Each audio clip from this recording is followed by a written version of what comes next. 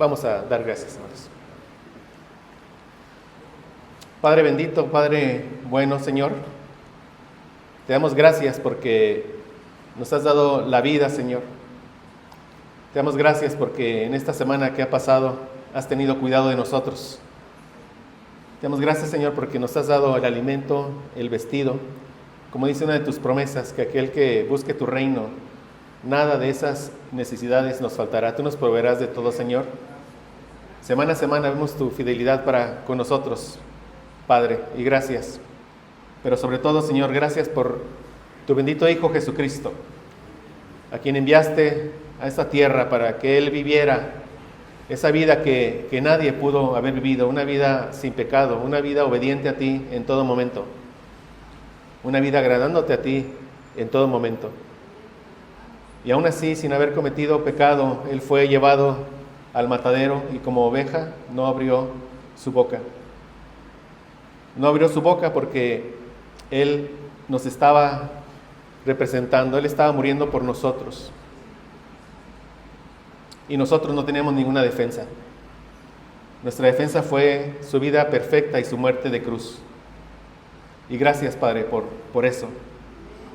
Y gracias porque nos has dado una fe preciosa para poder verlo claramente ahí en la cruz, cargando la condenación por nuestros pecados. Y gracias porque sabemos que Él ha resucitado. Y ahora es nuestro Rey de Reyes y Señor de Señores, nuestro Rey de Gloria, y está aquí en medio de nosotros por medio de tu Santo Espíritu. Gracias, Señor. Te pido que, Señor, aquellos que vengan en camino los puedas traer con bien. También te ruego por aquellas visitas que nos puedan acompañar en el culto. Nosotros proclamaremos tu palabra, no regresa vacía y se cumplirá tu voluntad. Nuestro deseo es que entiendan y sean convertidos, que nazcan de nuevo, que se arrepientan. Y eso te pedimos a ti, Padre. Prepara nuestros corazones para esta enseñanza, Señor. Gracias porque nos das el entendimiento, porque nos das tu palabra, porque nos has dado un nuevo corazón, nuevos afectos, Señor, para poderla ver, entender, maravillarnos, Señor, gloriarnos en ella. Gracias, Padre, por este día, en Cristo Jesús. Amén. Pues seguimos con el capítulo 7 de nuestro estudio de la confesión de fe, que se llama del pacto de Dios. Lo que quiero que veamos hoy, en esta hora y seguramente el siguiente domingo, bueno, seguro el domingo, pero quizás nos tome 3 domingos, pero quiero que veamos la teología del pacto como un distintivo bautista reformado particular, como algo que nos distingue, esta teología del pacto. Y la lección que veremos hoy, vamos a tratar de responder la pregunta: ¿cómo debemos entender la Biblia? ¿Cómo debemos leer la Biblia? ¿Cómo debemos interpretar la Biblia? Y como hemos visto, mis hermanos, lo primero que tenemos que saber es que aquí en la Biblia tenemos una historia, una sola historia, una historia de redención, de principio a fin, una historia de lo que Dios ha hecho y de lo que hará para salvar un pueblo para su gloria. Es lo que tenemos aquí, una sola historia, desde Génesis hasta Apocalipsis. Ahora, es lamentable que el entendimiento de ver así las Escrituras como una historia bíblica, repito, de principio a fin, no es lo más común en nuestro círculo evangélico. No es lo más común aún en Latinoamérica. Sabemos que la teología que predomina es el dispensacionalismo. Es la manera común de entender la historia bíblica, es la manera común en donde la mayoría de las iglesias, ¿verdad?, interpretan las Escrituras. Y el dispensacionalismo, mis hermanos, no existía o empezó a existir hasta el siglo XIX. Sí, no se enseñó antes porque no existía el sistema como tal. O sea, es un sistema relativamente reciente. Este sistema nació con una visión de una mujer llamada Margaret MacDonald. Ella vio, algunos dicen que en sueños, algunos dicen que, pero ella tuvo una visión donde ella vio que la segunda venida de nuestro Señor Jesucristo, que todos estamos esperando, amén, pero ella vio que esta segunda venida sería en dos partes. Sí, es lo que ella vio. Una primera parte donde venía a recoger a la iglesia y una segunda parte donde venía a juzgar al mundo. Hay un hombre que tenía contacto con ella que se llama John Nelson Darby. Él estaba pensando sobre la idea de un rapto. Entonces escucha sobre las ideas de Margaret y las compagina con sus ideas. Entonces empieza a nacer este sistema conocido como el dispensacionalismo. Hoy en día a Darby se le conoce como el padre del dispensacionalismo. Y él fue el primero en enseñar un rapto secreto. Ese que hemos escuchado y ha habido películas, etc. Él fue el primero. ¿Sí? Y él ha dividido la historia en economías. No es propuesto que entendamos todo el sistema dispensacional, pero él ha dividido toda la historia redentora en 7 economías. Una se llama inocencia, otra conciencia, otra gobierno humano, otra promesa, otra ley, otra gracia y finalmente el reino milenial. Pero estas enseñanzas fueron propagadas por John Darby por medio de conferencias en Estados Unidos y fueron muy populares aquí en nuestro medio por la Biblia de Scofield, que seguramente hemos escuchado esta Biblia. O sea, por sus notas, su Biblia anotada, esta Biblia fue muy influyente, como dije, aquí en América. Fue la Biblia que llegó aquí a América. Así, los mayores de los bautistas aprendieron el dispensacionalismo por medio de esta Biblia de Scofield. Y es el que han usado como estos lentes teológicos para interpretar las Escrituras. Como dije, es el sistema que sostiene la mayoría de los evangélicos hoy en día. Ahora, en resumen, cada dispensación es como una etapa donde cada una es muy particular. Tiene su propia prueba, su propio fracaso, su propio espacio de revelación de la gracia de Dios. Pero lo que distingue al dispensacionalismo es que ellos hacen una distinción entre el Israel étnico y la iglesia. Ese es, como dicen los comentaristas, el sine qua non. Es un término latín que quiere decir sin el cual no existiría el dispensacionalismo. Es decir, todo dispensacionalista debe sostener una rigurosa distinción entre Israel étnico y la iglesia. Dicen que no tiene nada que ver uno con el otro.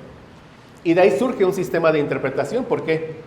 Porque si entendemos eso, el Antiguo Testamento, mis hermanos, mayormente ¿de quién habla todo el Antiguo Testamento? Del pueblo judío. Entonces, si el pueblo judío no tiene nada que ver con la iglesia, entonces muchas de las cosas del Antiguo Testamento se dice que no nos aplican a nosotros. Entonces ellos dicen, como les he comentado, ellos dicen, el Antiguo Testamento nos aplica siempre y cuando se diga claramente en el Nuevo Testamento. Nosotros, como veremos, vemos una continuidad en la historia redentora, de tal forma que la historia que vemos en el Antiguo Testamento es nuestra historia. Y nosotros decimos algo opuesto, decimos todo nos aplica porque esa es nuestra historia, todo, a menos que Dios diga lo contrario. ¿Sí lo ven? O sea, ellos dicen, el Antiguo no aplica a menos que el Nuevo Testamento lo diga. Nosotros decimos, todo aplica a menos que el Nuevo Testamento diga que no. Un ejemplo claro de lo que no aplica son los sacrificios de animales, como sabemos. Todo este sistema sacrificial del Antiguo Testamento apuntaba al único y perfecto sacrificio de nuestro Señor Jesucristo. Entonces sabemos que eso ya no nos aplica a nosotros. Pero algo que entendemos por gracia del Señor es que Éxodo 20, la ley moral del Señor, nos aplica por completo. Por completo. Hemos aprendido que solo el que está en la gracia del Señor, solo el que ha recibido un nuevo corazón, solo el que tiene su Espíritu Santo morando en nosotros, solo Él es el que puede obedecer, el que puede amar, el que puede agradar al Señor. Solo el que está en la gracia puede obedecer la ley de Dios. Y nos deleitamos en su ley, amamos su ley, queremos obedecer su ley. Eso definitivamente nos aplica por completo. Pero bueno, entonces, ¿por qué menciono esto? Este sistema dispensacional se le conoce como discontinuo. Es decir, hay etapas en las que trata con cierto pueblo, otras en el que solo con el pueblo judío. Esta etapa dicen que está tratando solo con la iglesia. Vendrá otra etapa donde tratará otra vez solo con los judíos, etc. Es discontinuo.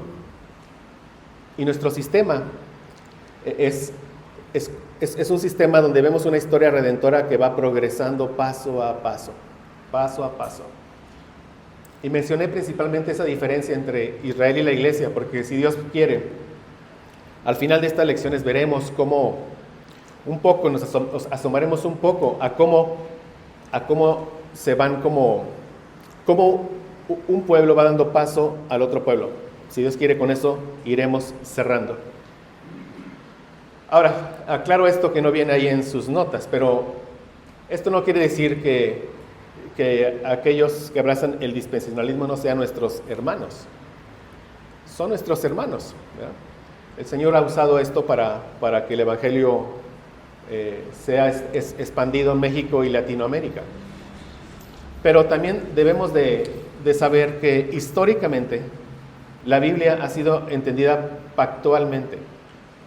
O sea, la Biblia históricamente se ha entendido como esa gran obra de Dios que ha sido revelada por medio de pactos.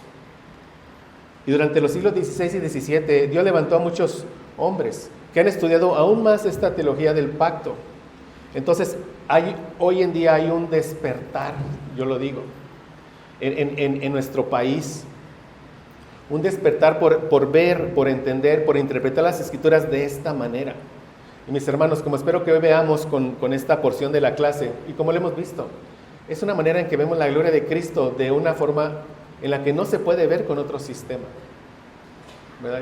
Ustedes saben, yo viví 10 años en el dispensacionalismo y gracias a Dios por eso. Pero el Señor en su gracia me empezó a abrir los ojos para entender esta doctrina.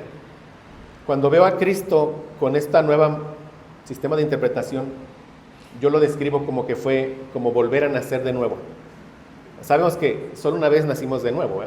O sea, una vez nacimos de nuestros padres. Si estamos en Cristo, solo una vez nacimos de nuevo. Pero fue tanto mi gozo y el impacto de ver a Cristo en las Escrituras de esta forma, que yo así lo describo, fue como volver a nacer de nuevo. Por eso es tanto mi pasión por enseñar esta manera, porque quiero que de igual forma sean bendecidos y que aprendan ustedes así a ver las Escrituras, que es lo que veremos hoy. Entonces, el objetivo de esta lección es presentar cómo los bautistas particulares que somos nosotros, bautistas particulares, es lo que somos, cómo han entendido la teología pactual. Sí, cómo ellos se han abierto un espacio en la historia y fueron en su momento, por los reformadores, reconocidos como una doctrina sana, una doctrina bíblica. Y repito, porque esta es la forma en conforme históricamente se ha leído las Escrituras.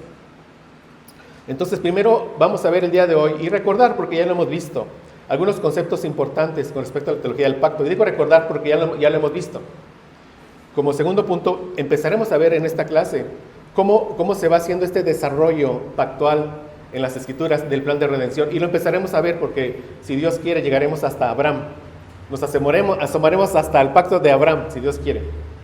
Y finalmente, espero el siguiente domingo, terminaremos con algunas implicaciones de este entendimiento para nuestra iglesia, para nuestras vidas. Entonces, primeramente vamos a empezar con unos términos y tenemos que definir qué es el pacto.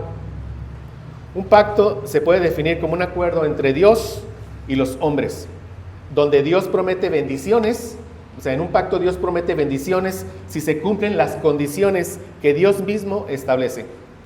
Pero también amenaza con maldiciones si se rompen esas condiciones. ¿Sí? Es un pacto, así. Dios promete bendecir al hombre, pero hay una condición por medio de la cual Dios lo va a bendecir. Si esa condición no se cumple, entonces viene una maldición sobre el hombre. Ahora, un comentarista reformado definió un pacto como una promesa solemne, una promesa jurada, donde el contenido de cada pacto, ¿verdad?, es particular. Pero tenemos que entender que los pactos son de Dios. O sea, los pactos los impone Dios. Un Dios infinito impone su pacto a una persona que es finita. O sea, infinitamente inferior, que es un ser humano creado del polvo. El Señor impone su pacto sobre nosotros. Él ha determinado todo en un pacto, es Dios. Las promesas, las bendiciones, las obligaciones, las condiciones, las maldiciones, las amenazas, todo es Dios quien lo determina. Entonces, un pacto es una transacción divina, podemos decir, entre Dios y el hombre, donde Dios quiere bendecir al hombre. Ese es lo que Dios busca por medio del pacto. quiere bendecir al hombre. El objetivo de Dios para con el hombre, por medio de un pacto, es llevarlo a una mejor condición. Como hemos aprendido en el pacto de obras y como también lo veremos hoy. O sea, el hombre tenía vida, Adán tenía vida y tenía una buena vida, sin pecado, recto, justo. Dios hace un pacto que lo veremos ahorita, lo recordaremos un poco porque ya lo hemos visto. Pero Dios lo quiere llevar a una mejor vida, lo quiere confirmar en una vida eterna, que eso que ya estaba gozando Adán fuera eterno, pero lo quiere llevar por medio de ¿qué? De un pacto. Entonces, en segundo lugar, tenemos que definir y entender que en los pactos hay un concepto de cabeza federal. Cabeza federal, esto es un representante. O sea, es el que está a la cabeza, es el quien lidera el pacto, por así decirlo, quien representa en el pacto a todos. Y sabemos, Adán fue la cabeza federal en el pacto de obras, en el huerto de Edén, él. Entonces, de tal forma que lo que Adán hiciera iba a impactar a toda la humanidad. Si Adán obedecía, él ganaría la vida eterna para él, para su esposa Eva y para ¿qué? Para todos sus descendientes. Él fue nuestro representante. Así le plació a Dios manejar su historia por medio de cabezas federales, pactos y cabezas federales. Y entender esto tiene mucha gloria, porque entendemos que en el nuevo pacto, donde está la iglesia, en el nuevo pacto, Cristo es nuestra cabeza federal. Él nos representó a todos los que estamos en Él, en Cristo. A los que hemos puesto nuestra fe en Cristo, Él nos representó.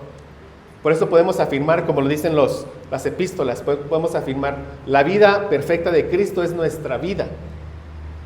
Por ese glorioso intercambio que es la justificación.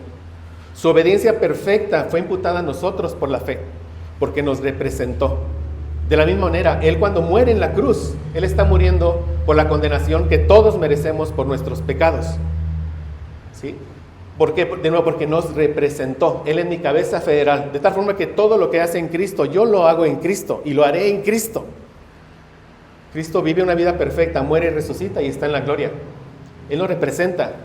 El Padre nos justifica por la fe, imputa su vida perfecta en nosotros y nuestra muerte, nuestra condena la carga en Él en la cruz. Un glorioso intercambio. Ahora, como Él resucitó y como es nuestra cabeza federal, como es nuestro representante, tenemos la seguridad de que si morimos, ¿qué? Resucitaremos para estar en la gloria con el Señor Jesucristo. Esto es fundamental entenderlo. Hermanos, esto solo se entiende en esta teología. Lo que les estoy hablando de aquí en adelante solamente se entiende en nuestra teología. Y doy gracias al Señor porque ya nos ha permitido exponerlo, ¿verdad? Pero yo, este curso completo de pactos que nos llevaron como 34 domingos, algo así, es algo que tengo en mi corazón estarlo como dando reiteradamente porque llegan nuevos, se integran y no lo han visto, pero es algo fundamental para nosotros. Es una doctrina cardinal para nosotros, la tenemos que conocer. Pero estamos en los términos del pacto, dos cabezas federales, y eso lo vemos en Romanos 5:12, vaya al final de su página 2. Estamos viendo, vamos a ver por medio de este texto, que Dios ha trabajado con toda la humanidad por medio de cabezas federales, y Él dice, por tanto, como el pecado entró en el mundo por un hombre, ¿por quién? Adán, por un hombre, y por el pecado la muerte, todos en Adán morimos, ¿ven? Si Adán hubiera obedecido, todos en él hubiéramos vivido, pero todos morimos en Adán. Y dice, así la muerte pasó a todos los hombres, por cuanto todos pecaron, por cuanto todos pecamos en Adán. Todos pecamos en él, él nos representó. Cuando él pecó, ese fue el pecado de toda la humanidad. Solamente ese primer pecado, como ya vimos. También esto lo sigue diciendo en Romanos 5, del 17 al 19. Él dice, pues si por la transgresión de uno solo, ¿de quién sigue hablando aquí, mis hermanos? De Adán, de uno solo, dice, reinó la muerte. Mucho más reinarán en vida por uno solo, ¿quién? Jesucristo. ¿Por qué? Porque Él nos representó. Estamos viendo esas dos cabezas federales. Los que reciben la abundancia de la gracia y del don de la justicia, lo que ya explicaba. La justificación. Dice, así que, como por la transgresión de uno, vean, y sigue diciendo, ¿a quién habla? De nuevo, Adán, de uno, vino la condenación a todos los hombres. ¿Por qué? Porque nos representó. Y alguien puede decir, eso fue injusto. No, porque ve lo que sigue. De la misma manera, por la justicia de uno solo, ¿quién? nuestro Señor Jesucristo. Vino a todos los hombres la justificación de vida. ¿Ven? O sea, quien diga que es injusto que en Adán pecamos, él estaría perdido, no tendría esperanza. Nuestra única esperanza es nuestro Señor Jesucristo. Vea su vida perfecta y su muerte por nosotros. Dice la Biblia, la paga del pecado es muerte. A mí me gusta enfatizar esto. Jesús no comete un solo pecado y muere. Pero si la ley dice la paga del pecado es muerte, ¿por qué Jesús murió? Evidentemente no por él, sino porque por otros, por los que tenían que morir. Es una bendición, obviamente, la sabiduría del Señor, que así le plació a él. Entonces dice el 19, Romanos 5, 19, porque así como por la desobediencia de un hombre, y sigan, ¿cómo vienen los contrastes? Que nos quede muy claro. Los muchos fueron constituidos pecadores. En él pecamos. Así también por la obediencia de uno solo, nuestro Señor Jesucristo, los muchos serán constituidos justos. Finalmente, debemos entender algo que también vimos hace 2 domingos, creo. Que hay diferentes tipos de pactos en las Escrituras. Encontramos un pacto de redención, aquel que fue hecho en la eternidad, aquel que Luis Berkhoff lo define como el convenio entre el Padre que le da al Hijo como cabeza y redentor de los elegidos, y el Hijo que acepta voluntariamente el lugar que corresponde a aquellos a quienes el Padre dio al Hijo, como viviendo por ellos y muriendo por ellos. De esto le dedicamos ya 2 domingos. Si no lo vio, ahí está. No están todavía los videos, pero próximamente ahí estarán. Pero sí están en el Camino Maús. Pero ya vimos esto, el pacto de redención. Y también vimos que otro tipo de pacto es el pacto de obras. Se le conoce pacto de obras, ¿por qué? Porque la bendición que quiere darle al hombre depende de la obediencia del hombre. Es un tipo de pacto, haz esto y vivirás. Por eso se le conoce como pacto de obras. Depende del hombre para recibir la promesa. Y tenemos otro tipo de pacto donde el cumplimiento depende totalmente de Dios.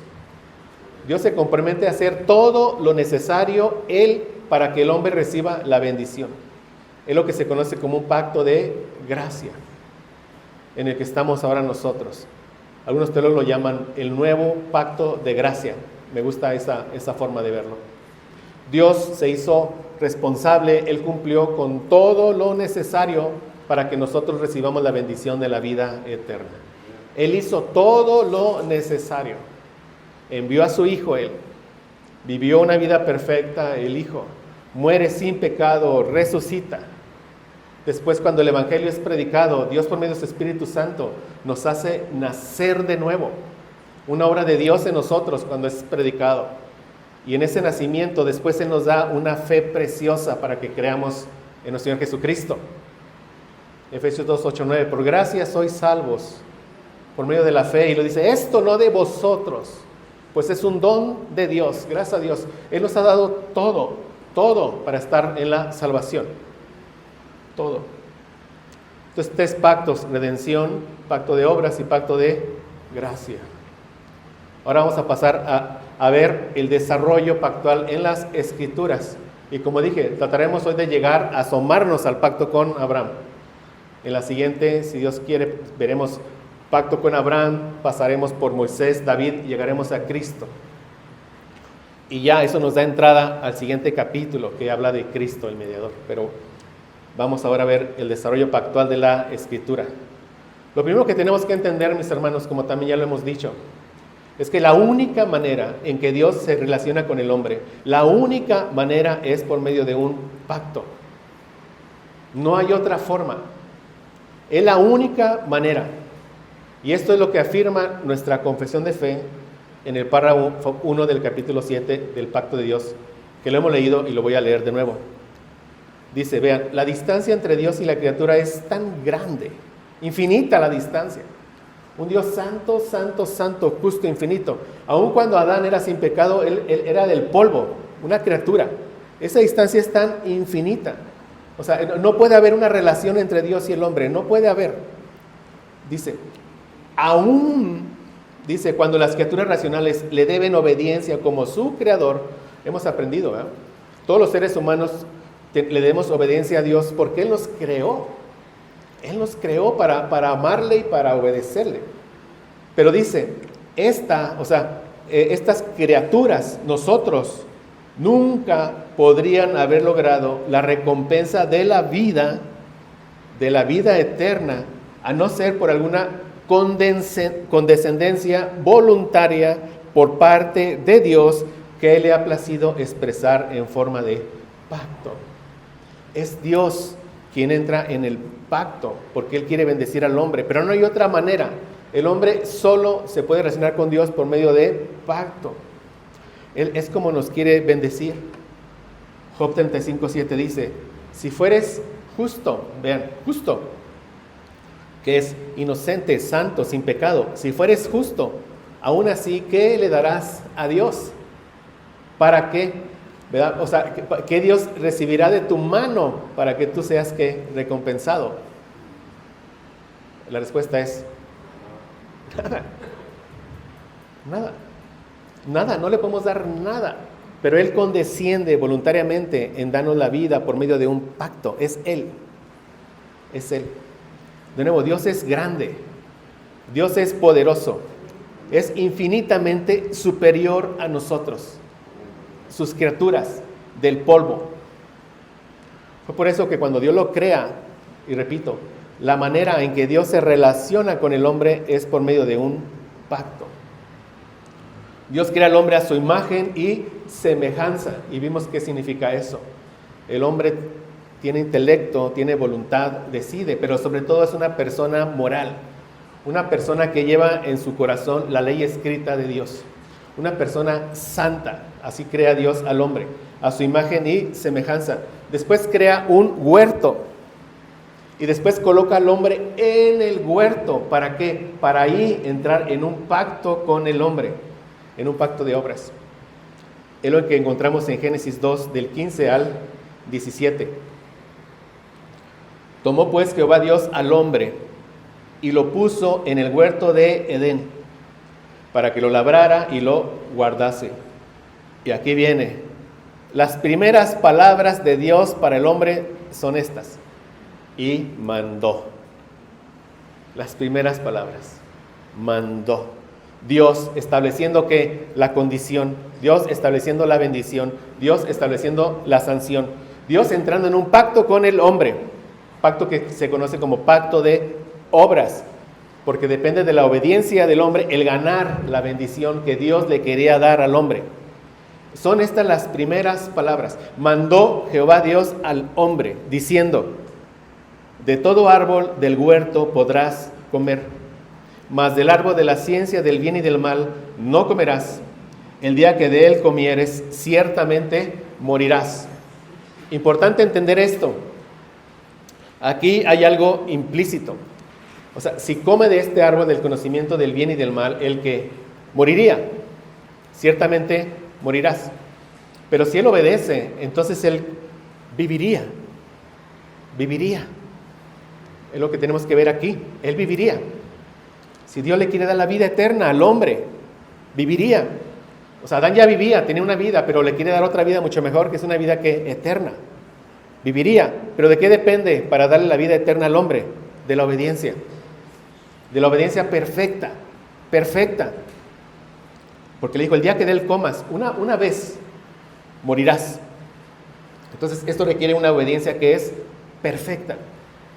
Pero de nuevo, Adán fue creado justo, recto, sin pecado. Adán podía obedecer. Humanamente hablando, no pudimos haber tenido un mejor representante que Adán, humanamente hablando. Pero con todo, él también era una criatura del polvo. Solo Dios es inmutable. Adán fue creado y al ser una criatura es mutable. Quiere decir que él podía obedecer o desobedecer. Es el único que ha tenido verdadero libre albedrío, Adán. Entonces, vean, el plan de Dios para toda la creación, toda la creación, era crear al hombre a su imagen, creó al hombre a su imagen, con el propósito de que un día toda la tierra, vean, o sea, remóntense allá al Edén, con el propósito de que toda la tierra se poblara por completo con seres humanos portadores de su imagen. Así extender el jardín del Edén hasta convertir toda la tierra en el templo de Dios. El templo de Dios es la morada de Dios, es el templo de Dios. Y Dios tenía comunión en Edén con Adán y Eva. Ahí era, pero ¿cuál era su propósito? Cuando les da el mandato que se multipliquen, pero que se multipliquen siendo todos los descendientes que portadores de la imagen de Dios. ¿Sí lo ve? Y que todos ellos en santidad sojuzgaran que la tierra. Era su propósito. Y lo tenían que hacer dependiendo de Dios, obedeciendo ese único mandato de no comer del árbol de la ciencia, del bien y del mal. Dependiendo de Dios de nuevo hasta que ese Edén cubriera que toda la tierra y que toda ella fuera un templo de Dios. Todos los seres humanos siendo que portadores de su imagen, sin pecado. Esa era la finalidad del pacto de obras, mis hermanos. Finalmente es que la gloria de Dios, que toda la creación le diera la gloria de Dios. ¿Sí, mis hermanos? Sé que en cada pedazo se incorporan cosas nuevas, pero así es esto, hermanos. Es tan extenso todo que gracias a Dios. Ahora, algunos niegan que aquí hay un pacto. De hecho, en Génesis 2, del 15 al 17 que leímos, no encontramos la palabra pacto, no la encontramos, que es berit en el hebreo. Pero hemos aprendido, el hecho de que no esté la palabra pacto ahí no significa que no lo haya. Ahí en Génesis vemos todos los elementos de un pacto. Hay una imposición soberana y divina, hay un mandamiento, y mandó Dios ¿qué? Al hombre. Hay un representante por medio de Adán, hay una cabeza federal, es Adán, que es un hijo de Dios, portador de su imagen, sin pecado. Hay un elemento condicional que es que la obediencia perfecta. Hay un castigo por la desobediencia, que es la muerte. Hay una promesa de recompensa de la obediencia, que es la vida eterna. Es decir, no se menciona un pacto, pero están todos los elementos de un pacto. Ahí no se menciona, pero más adelante, mis hermanos, la misma Biblia afirma que ahí hubo un pacto. Dice Oseas 6:7, mas ellos, y se refiere a los israelitas. Y no tenemos ninguna duda de que ellos entraron en un pacto, que Dios entró en un pacto con ellos. No hay ninguna duda. Eso, y lo veremos el siguiente domingo. Pero dice, mas ellos, ¿cuál Adán? Vean, los israelitas. ¿Cuál Adán? ¿Qué dice? Traspasaron el pacto. ¿Cuál Adán? Ahí no se menciona, pero en más porciones después vemos que hubo un pacto. Allí prevaricaron contra mí. Así como Adán, los israelitas quebrantaron el pacto. Adán cayó, sí, pero hermanos, esto estaba dentro del plan soberano de Dios. Dios está en control de todas las cosas, amén. Como vimos, de todas las cosas. La caída de Adán de ninguna manera tomó por sorpresa a Dios. De hecho, como lo expresa nuestra confesión de fe, en el párrafo 1 del capítulo 6, que ya revisamos, de la caída del hombre, del pecado y su castigo, vemos que Dios decretó todas las cosas, aun la caída. Para entender esto, mi hermano, yo sé que es una verdad difícil de digerir cuando la escuchas por primera vez. Para entender esto, tienes que mirar las cosas solo viendo la gloria de Dios. Ahorita vamos a ver realmente esto. Pero leo de nuevo esto que también estudiamos.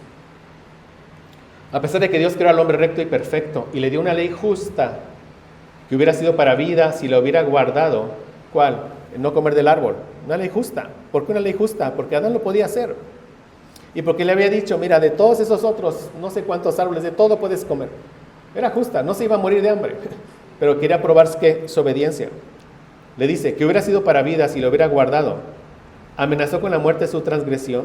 El hombre no la honró por mucho tiempo, usando Satanás la sutileza de la serpiente para subyugar a Eva, y luego a través de ella seduciendo a Adán, quien sin ninguna coacción, deliberadamente, transgredió la ley bajo la cual habían sido creados, y también el mandato que les había sido dado al comer del fruto prohibido. Pero vean qué dice, lo cual agradó a Dios permitir, conforme a su sabio y santo consejo, habiéndolo ordenado con el propósito de que fuera para su propia gloria. Recordemos, cuando vemos aquí a Dios, le agradó a Dios permitir, ese permitir no se entiende, o los reformadores no lo entendían como hoy se entiende. como que Dios da un permiso al hombre para hacer ciertas cosas. No, Dios solo permite lo que Dios decreta. Solo Él va a permitir lo que Él decreta. Por eso dice aquí, conforme a su sabio y santo consejo, habiéndolo ordenado, habiéndolo decretado, con el propósito de que fuera para su propia gloria. Mis hermanos, Dios, sin ser el autor del pecado, porque eso también lo afirma la Escritura, sus ojos son tan puros que no puede ver el mal. Amén. Lo afirma la Escritura. Dios sin ser el autor del pecado. ¿Qué nos dice Santiago? Cuando seas tentado, no digas que eres tentado de parte de Dios, porque Él no puede ser tentado y Él no tienta ¿qué? A nadie. Sino que cada uno es tentado cuando de su propia concupiscencia es atraído y seducido. Y entonces da luz ¿qué? El pecado. Y el pecado da luz ¿qué? La muerte. Pero sin ser Dios el autor del pecado, Él sí decretó la caída. Adán peca y quebranta este pacto de Dios. Adán, a partir de ahí, ya no va a poder cumplir con lo que Dios le había encomendado. ¿Qué le había encomendado Dios? Que Él de Adán se poblara la tierra con seres humanos portadores de la imagen de Dios.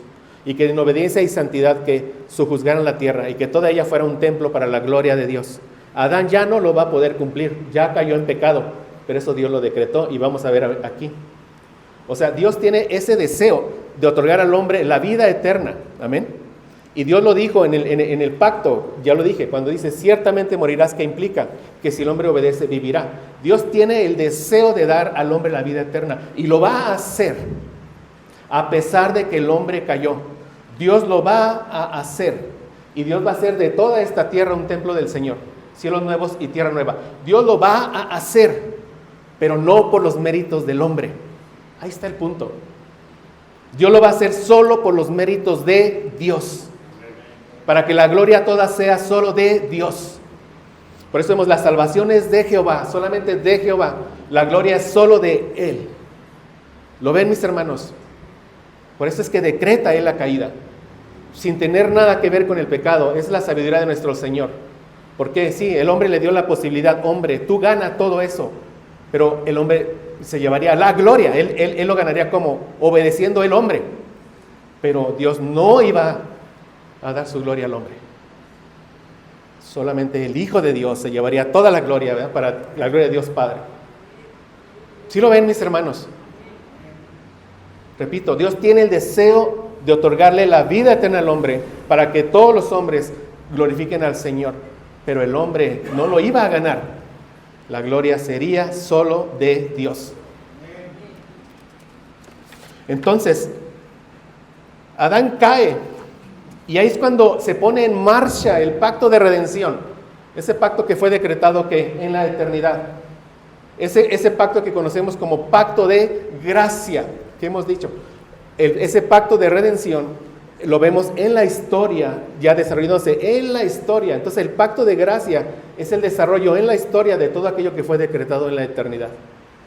De manera que viendo las Escrituras, mis hermanos, cuando vemos con atención, nos asomamos a la eternidad.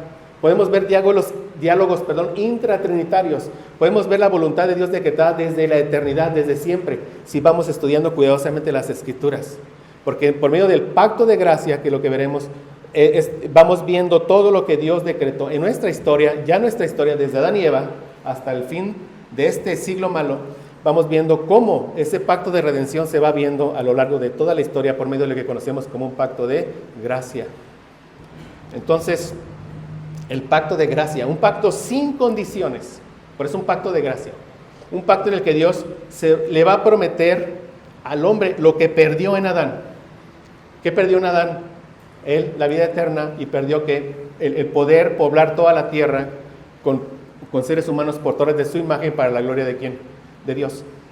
Pero Dios lo va a hacer, Dios lo va a cumplir, pero ahora por medio de un pacto de gracia. Y lo primero que vemos en la historia es la promesa de este pacto. Es lo primero que vemos en la historia. Después de la caída, todo estaba perdido para el hombre. Había dicho, ciertamente morirás. El hombre estaba perdido, pero como hemos visto, a partir de ahí, ningún hombre busca a Dios. Ningún hombre busca a Dios a partir de la caída. ¿Pero qué hizo Dios? Dios fue en busca del hombre. Le pregunta a Adán, ¿dónde estás tú? Él fue en busca de Adán. Porque a partir de la caída ningún hombre busca a Dios. A partir de la caída todos los hombres son enemigos de Dios. Pero Dios en su gracia, ¿qué hizo? Él va y busca a Adán. ¿Para qué? Para entregarle una promesa de vida. Le va a entregar una promesa de vida eterna. Y esto es maravilloso. Cuando Dios está maldiciendo a la serpiente, porque estas palabras que vamos a leer, Dios las está dirigiendo a Satanás. Cuando Dios está maldiciendo a la serpiente, ahí está entregando su promesa de vida eterna al hombre. Génesis 3:15, le dice a la serpiente, y pondré enemistad entre ti, Satanás, y la mujer. ¿Quién? Eva. Porque habían entrado ya en amistad. La mujer, al obedecer a Satanás, había entrado en amistad. Y Dios va a salvar a la mujer, ¿cómo? Poniendo una enemistad entre la mujer y Satanás. ¿Eso qué implica? Que la mujer tendría amistad nuevamente con Dios. Pondré enemistad entre ti, Satanás, y la mujer. Y entre tu simiente, ve, los descendientes de Satanás, los hijos espirituales de Satanás. Y la simiente, la descendencia espiritual de la mujer, los salvos. Y dice, un descendiente de la mujer, un varón, esta simiente, un descendiente, dice, te herirá en la cabeza, a ti, Satanás, aunque tú le herirás en el calcañar, en el talón. O sea, Jesucristo sería herido, moriría en una cruz, pero en esa cruz Él estaría aplastando la cabeza de Satanás. Pero aquí empieza a revelarse el pacto de gracia por medio de una promesa de salvación. El hombre quebranta el pacto de obras, entonces Dios trae esta promesa de salvación por medio de un varón, un descendiente de la mujer. Él va a destruir a Satanás y toda su obra maligna. Él mismo va a sufrir el castigo que Adán y Eva merecen por sus pecados. Y eso es lo que nuestra confesión afirma en los párrafos 2 y 3 del capítulo 7 del pacto de Dios. Dice, además, habiéndose el hombre acarreado la maldición de la ley por su caída, agradó al Señor hacer un pacto de gracia, en el que gratuitamente ofrece a los pecadores vida y salvación por Jesucristo, requiriéndole la fe en Él para que puedan ser salvos, y prometiendo dar su Espíritu Santo a todos aquellos que son ordenados para vida eterna, a fin de darles disposición y capacidad para creer. Todas las salvaciones de Jehová. Sabemos, cuando leo el texto es porque lo revisamos con todos los textos bíblicos que soportan estas verdades. Y dice, este pacto, y se refiere al pacto de gracia, se revela en el Evangelio. En primer lugar a Adán, en la promesa de salvación a través de la simiente de la mujer, se refiere a Génesis 3:15. Y luego mediante pasos adicionales, estos pasos adicionales son todos esos pactos que se fueron desarrollando a lo largo de las Escrituras. Por medio de los pactos, Dios va revelando más y más y más su pacto de gracia, más información acerca de quién sería la simiente de la mujer, de quién sería ese que vendría a aplastar la cabeza de la serpiente. Amén. Dice, mediante pasos adicionales, hasta completarse su plena revelación en el Nuevo Testamento.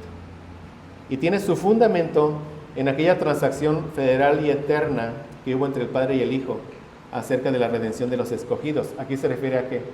El pacto de redención. Y es únicamente a través de la gracia de este pacto, como todos los descendientes del Adán caído que son salvados, obtienen vida y bendita inmortalidad, siendo el hombre ahora totalmente incapaz de ser aceptado por Dios, bajo aquellas condiciones en las que estuvo Adán en su estado de inocencia. Es decir, totalmente incapaz para el hombre ganarse la vida por la obediencia, porque a partir de ahí todos nacimos muertos en delitos y pecados. Y la evidencia es que todos hemos cometido pecado, muchos pecados. Es imposible. Por eso la salvación no es por obras, solo por gracia. A partir de Génesis 3:15, solo por gracia. Entonces Dios a partir de ese momento empieza a desarrollar su plan de salvación. Como dice nuestra confesión, mediante pasos adicionales, por medio de pactos. Les dejé una gráfica y la veremos con más detalle el siguiente domingo. Demos vuelta, hermanos. Entonces hay esperanza, amén. Hay mucha esperanza para el hombre. Vendrá uno a traer salvación a la descendencia de la mujer, a los hijos espirituales de la mujer. Y así la humanidad se empieza a multiplicar. Pero con eso el pecado empieza a abundar. Como dice Génesis 6:15. Y vio Jehová que la maldad de los hombres era mucha en la tierra, y que todo designio de los pensamientos del corazón de ellos era de continuo solamente el mal. Como lo hemos aprendido, en este momento la maldad es universal. Todos los hombres que existían en ese momento, antes del diluvio, dice, todos los pensamientos del corazón, todas sus intenciones, era solamente el mal. Solamente el mal. La maldad. La tierra se pobló de la maldad del hombre. ¿Cuál es el propósito de Dios? Que sea poblada con portadores de su imagen. ¿Pero de qué se pobló? Con portadores de la imagen de ¿quién? De Satanás. Esa es la realidad que encontramos aquí. Es lo que procede del hombre. Pero dice Génesis 6:8, pero Noé halló gracia. Noé halló gracia ante los ojos de Jehová. Y Romanos 11:6 dice, y si por gracia ya no es por obras. De otra manera la gracia ya no es gracia. Y si por obras ya no es gracia, de otra manera la obra ya no es obra. ¿Qué quiere decir? Noé halló gracia. No quiere decir que de toda la humanidad había uno bueno. Noé estaba igualmente perdido ahí en su maldad. Pero el que halló gracia. Amén. La promesa de Dios sigue presente en la mente y en el corazón de los hombres. Todos los hombres fueron salvados por creer en la promesa, por anhelar la venida de esta promesa. Vean, por eso fueron salvos. Y lo sabemos que esta promesa seguía en la mente y en el corazón de los hombres, porque Lamec le pone por nombre a su hijo Noé. Se deriva del término hebreo Noah, quiere decir descanso, paz, consuelo. Dios había prometido salvar. Y la promesa del Salvador está en la mente de los hombres. Y Lamec piensa que su hijo es ese varón prometido. Piensa que su hijo es esa simiente de la mujer que traería paz, descanso y consuelo. Noé. Pero no era él. Un muchísimo mejor Noé tenía que llegar. Entonces Dios trae juicio sobre la humanidad y destruye por completo. Génesis 6, 18 y 19. He aquí yo traigo un diluvio de aguas sobre la tierra, para destruir toda carne en que haya espíritu de vida debajo del cielo. Todo lo que hay en la tierra morirá. Pero ¿qué le dice a Noé? Mas estableceré mi pacto contigo. Entrarás en el arca, tú, tus hijos, tu mujer y las mujeres de tus hijos contigo, 8 personas. Y de todo lo que vive, de toda carne, 2 de cada especie meterás en el arca. ¿Y qué dice? Para que tengan vida contigo. O sea, Noé escucha eso, dice Noé, voy a vivir,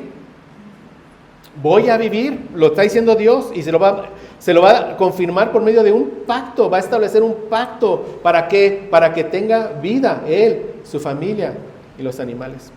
Y aquí, mis hermanos, es la primera vez que en la Biblia se menciona la palabra pacto, que es berit. Pero no tenemos que entender la vida después del diluvio como un reinicio del sistema, como una nueva creación, con una nueva oportunidad para el hombre. No. Es decir, mediante este pacto con Noé, el hombre no regresa al paraíso. O sea, la condición del hombre sigue siendo la misma, muerto en delitos y pecados, ¿sí? Tampoco él el hombre no regresa a un estado de inocencia. El hombre está perdido. Los descendientes de él, de Adán, de su mujer, etcétera, seguirán siendo personas caídas. Pero recibe mucha gracia Noé, ese es el punto. Dios salva, Dios siempre salva, solo Él va en busca. Noé halló gracia, solo Dios. Halló gracia, ¿para qué? Para que entrara en un pacto con Él. Y por medio de Noé preservar la vida de toda la humanidad. Noé supo que Dios le preservaría la vida. cuando escuchó para que tengan vida contigo. Noé supo que de él vendría esa simiente prometida de Génesis 3:15. Ven, mis hermanos, todo tiene que ver con Dios y su promesa de un Salvador. Entonces Dios, al preservar la vida de Noé, vean, también le estaba asegurando la vida eterna. Porque aunque Noé moriría, de él vendría el Salvador, que salvaría ¿a quién? A Noé. Porque Noé creía en la promesa. Amén. Un comentarista, Nehemiah Cox, comenta lo siguiente: en este beneficio del pacto de Noé, no solo se aseguró una salvación física y temporal para él y su casa, sino además su salvación eterna. La salvación de toda la iglesia estaba incluida en este beneficio del pacto y dependía totalmente del pacto, ya que la simiente prometida que quebrantaría la cabeza de la serpiente no había sido aún traída al mundo. ¿Ven? A Noé se le da la misma comisión que se le dio a Adán. Dice Génesis 9:1: bendijo Dios a Noé y a sus hijos y les dijo: fructificad y multiplicaos y llenad la tierra. Pero de nuevo la tierra se llena de maldad. ¿Por qué? Porque los hombres nacen muertos en delitos y pecados. ¿Ven? Es lo que produce el hombre, solo que maldad. Pero Dios siempre busca al hombre para mostrarle misericordia y gracia. Empiezan a edificar una torre, dicen ellos, que llegue hasta los cielos. Se quieren hacer un hombre que esté a la par de Dios. Pero ¿qué hace el Señor? Trae juicio sobre ellos. Génesis 11, verso 1 y después 4 al 6. Dice, vean ustedes: tenía entonces toda la tierra una sola lengua y unas mismas palabras. ¿De qué habla aquí? ¿Un solo qué? Idioma. ¿Cuál idioma? No sabemos. No sabemos. Y dijeron: vamos, los seres humanos caídos, edifiquémonos una ciudad y una torre cuya cúspide llegue al cielo. O sea, seremos como Dios. Hagámonos un nombre famoso. La gloria que sea de quién, del hombre, dicen ellos. Por si fuéramos esparcidos. ¿Qué les había dicho? Espárzanse, poblen la tierra. Y el hombre desobediente dice: no, aquí nos quedamos. Y descendió Jehová para ver la ciudad y la torre que edificaban los hijos de los hombres. Dijo Jehová: he aquí, el pueblo es uno. Es decir, todos están con el mismo propósito. Todos estos tienen un solo lenguaje. Han comenzado la obra. Nada les hará desistir ahora de lo que han pensado hacer. Pero vean ustedes, el hombre está haciendo una torre, quiere llegar a Dios, pero Dios altísimo, ¿qué dice? Descendamos y confundamos allí su lengua para que ninguno entienda el habla de su compañero. Así los esparció Jehová desde allí sobre la faz de toda la tierra. El hombre va a hacer la voluntad de Dios, ya sea por obediente o por juicio, y por juicio va a ser la voluntad de Dios. Y dejaron de edificar la ciudad.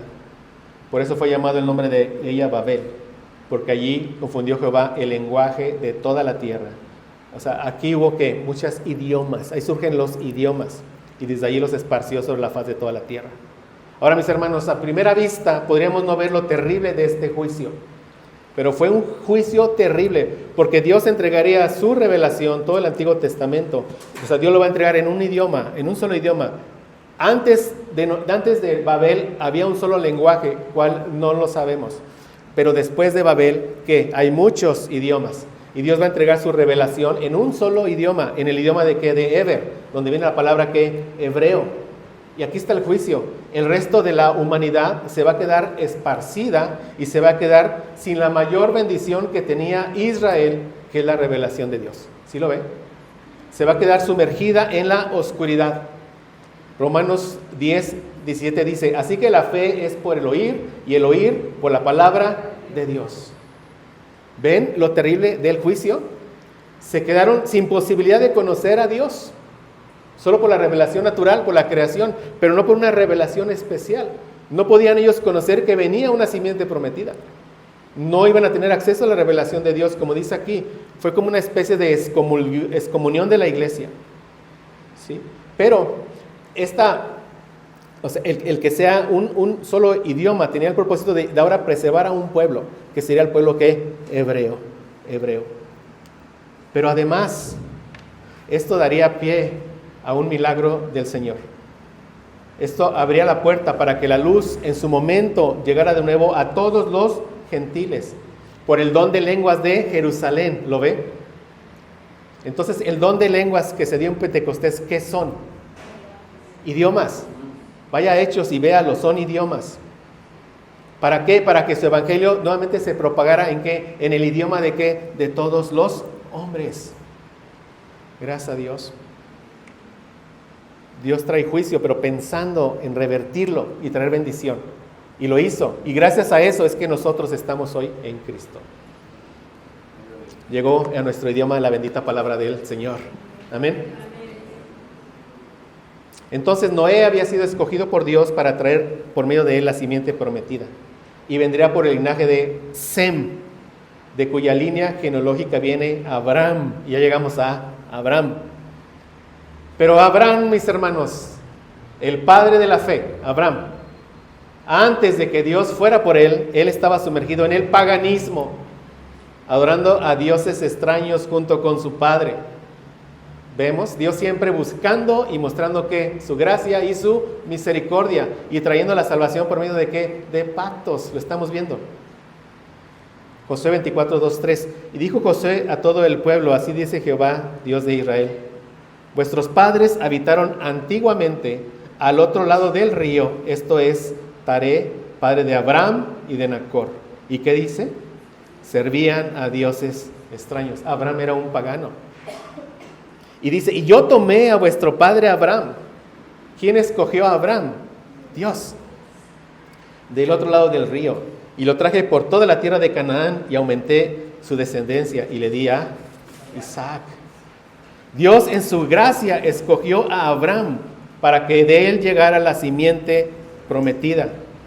Nehemías 9:7, tú eres, oh Jehová, el Dios que escogiste a Abraham. Vean, y lo sacaste de Ur de los Caldeos y le pusiste el nombre a Abraham. Entonces Dios tuvo misericordia de Abraham y lo llama cuando Abraham tenía 75 años. Y en el llamado Dios le dio la gracia a Abraham para que creyera en Dios. Y como una evidencia de su fe, él salió siendo que obediente. ¿Ven? Dios le dio la fe. Era un pagano. Estaba adorando al Dios de la luna, ahí un pagano. No es posible que de él salió y dijo, estoy mal. Estoy mal. Tengo que adorar al Dios de la... No. Dios fue por él cuando estaba adorando a otros dioses. Dios lo escogió, Dios lo llamó y le dio una fe preciosa para que entendiera el llamado.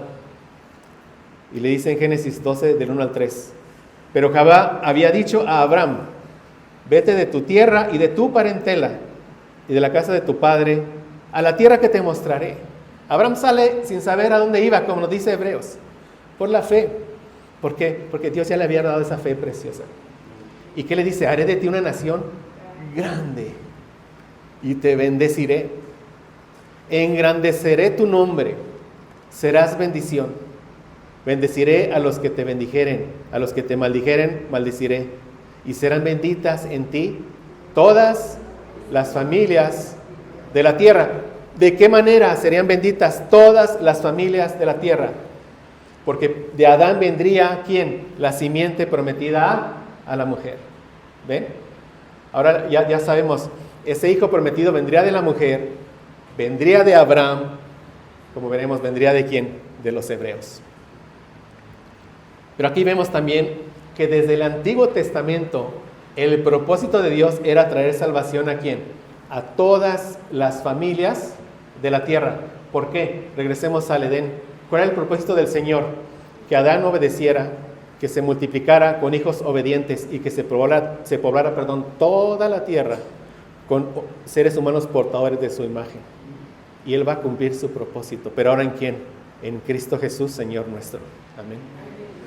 Serán benditas en ti todas las familias de la tierra. Dios está anunciando desde aquí, la salvación llegará a personas de toda lengua, tribu, pueblo y nación. Y la salvación llegó a nosotros, hermanos. Gracias a Dios. Amén. Esta historia continuará, hermanos.